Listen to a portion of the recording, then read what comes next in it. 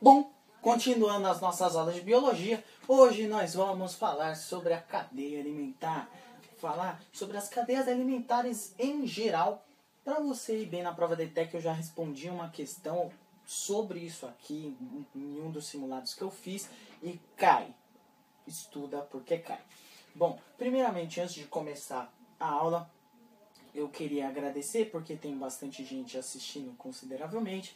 Eu queria pedir para você dar uma olhada nas playlists que tem embaixo aqui na descrição, playlist de outras matérias para você ir bem na prova e para você acessar o blog A Gramática em Extinção da querida amiga Patrícia Meyer, que é um blog parceiro do canal. Então vamos lá, começando com cadeia alimentar. O que são as cadeias alimentares?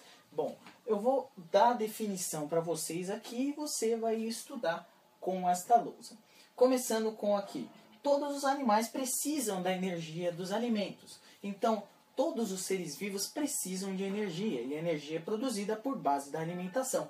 Só que alguns animais podem produzir o seu próprio alimento e alguns animais não conseguem produzir esse alimento. Então, por exemplo, as plantas, elas são autótrofas, elas conseguem produzir o seu próprio alimento. Já os restos dos outros seres no mundo, eles são heterótrofos, eles não conseguem produzir o seu próprio alimento. Eles consomem o alimento produzido. Então aqui está dizendo que o alimento vem das plantas. Por quê? Porque eles são os primários, são os produtores, são os que começam tudo.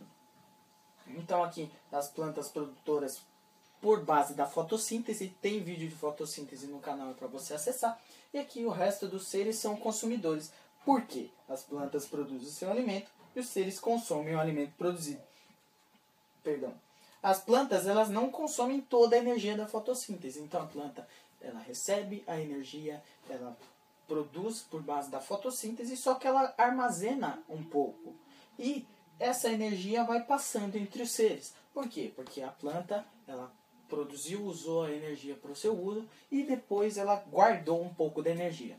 Vamos dizer, sei lá, 30%, só para dar um exemplo, não é isso, mas 30% da energia. Aí vai lá e chega um consumidor primário, esse consumidor primário, ele come a planta. E aí ele consome esses 30% e ele guarda 20%, certo? E aí, não, ele guarda isso, ele guarda 20%, pode ser. Aí chega um outro animal e come esse animal. E aí esse 20% ele come 10% e ainda guarda 10%, por exemplo. Aí chega o homem e come outro animal. Esse animal, o homem pegou, comeu os 10% e não guardou nada. Essa é o fluxo de energia. A energia vai passando, a energia vai indo. Esse 30 virou 20, virou 10, virou nada. Então, esse fluxo de energia, ele é um fluxo único. Ele vai e ele não volta. Acaba a energia, tem que começar outro ciclo. Ao contrário dos ciclos de materiais. Os ciclos de materiais, vamos dar um exemplo. Aqui tem a representação para vocês, mas isso aqui você pode saber. Ciclo de materiais é a reciclagem de energia barra materiais. Materiais é a matéria mesmo, a matéria orgânica. Então, por exemplo, aqui o ciclo de materiais vem... vamos usar o mesmo exemplo. A planta, ela produziu.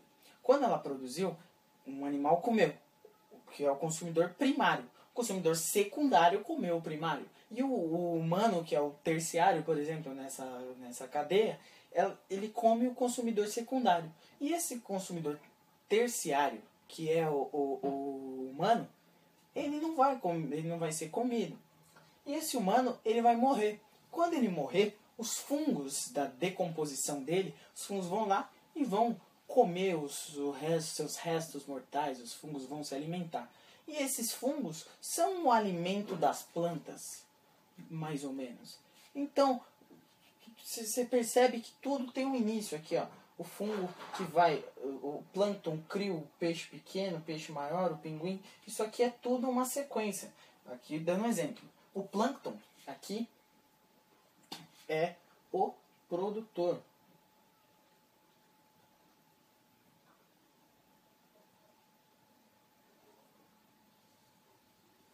O plâncton é o produtor, ele produziu, ele é uma substância, ele é um ser vivo, certo? E esse ser vivo ele se alimenta na base da fotossíntese, ele produziu e ele é o produtor. O krill, ele é um consumidor. Então o krill, ele vai lá e ele come o plâncton. Quando ele come o plâncton, ele vira o consumidor primário. E aí o peixe pequeno, ele vai lá e come o krill. Quando ele come o krill, ele vira um consumidor secundário. E aqui o peixe maior, ele vai lá e ele come o plâncton. Quando ele come o plâncton, ele vira o consumidor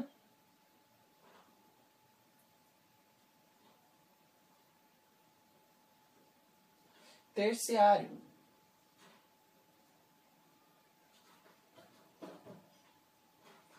E aí o pinguim vem e come o peixe maior. Então, vem continuando esse ciclo. Então aqui o pinguim, ele também é consumidor. Ele pode ser o quarto consumidor dessa linha? Certo. E aí, esse pinguim, ele morre. Quando ele morre, na decomposição dele surgem fungos.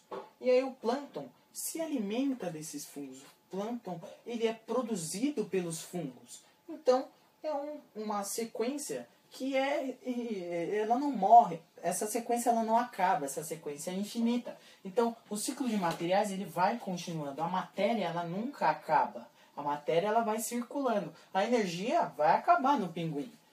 Aqui, sei lá, 50% de energia, 40, 30, 20, 10, morreu. Mas a energia acaba, o material nunca acaba, a matéria é infinita. Então, isso aqui é o ciclo de uma cadeia alimentar exemplificada. Por exemplo, você pode citar uma matéria da floresta, por exemplo. Então, vamos citar uma planta simples. Uma planta está no chão e aí vem um sapo e come essa planta. O sapo come essa planta e esse sapo é comido, sei lá, por uma onça. Esse sapo é comido por uma onça e a onça é comida por um leão. E aí o leão morre. Quando ele morre, continua o ciclo de materiais. Ele se decompõe, os fungos ficam lá, se regenera a matéria e aí faz a matéria novamente o ciclo de materiais. Bom, isso aqui foi a cadeia alimentar para vocês. Então, eu vou sair, você tira seu print se eu cometi algum erro. Me perdoe, porque eu não sou professor, eu estou tentando ajudar. Então, eu vou sair, você tira seu print, bons estudos.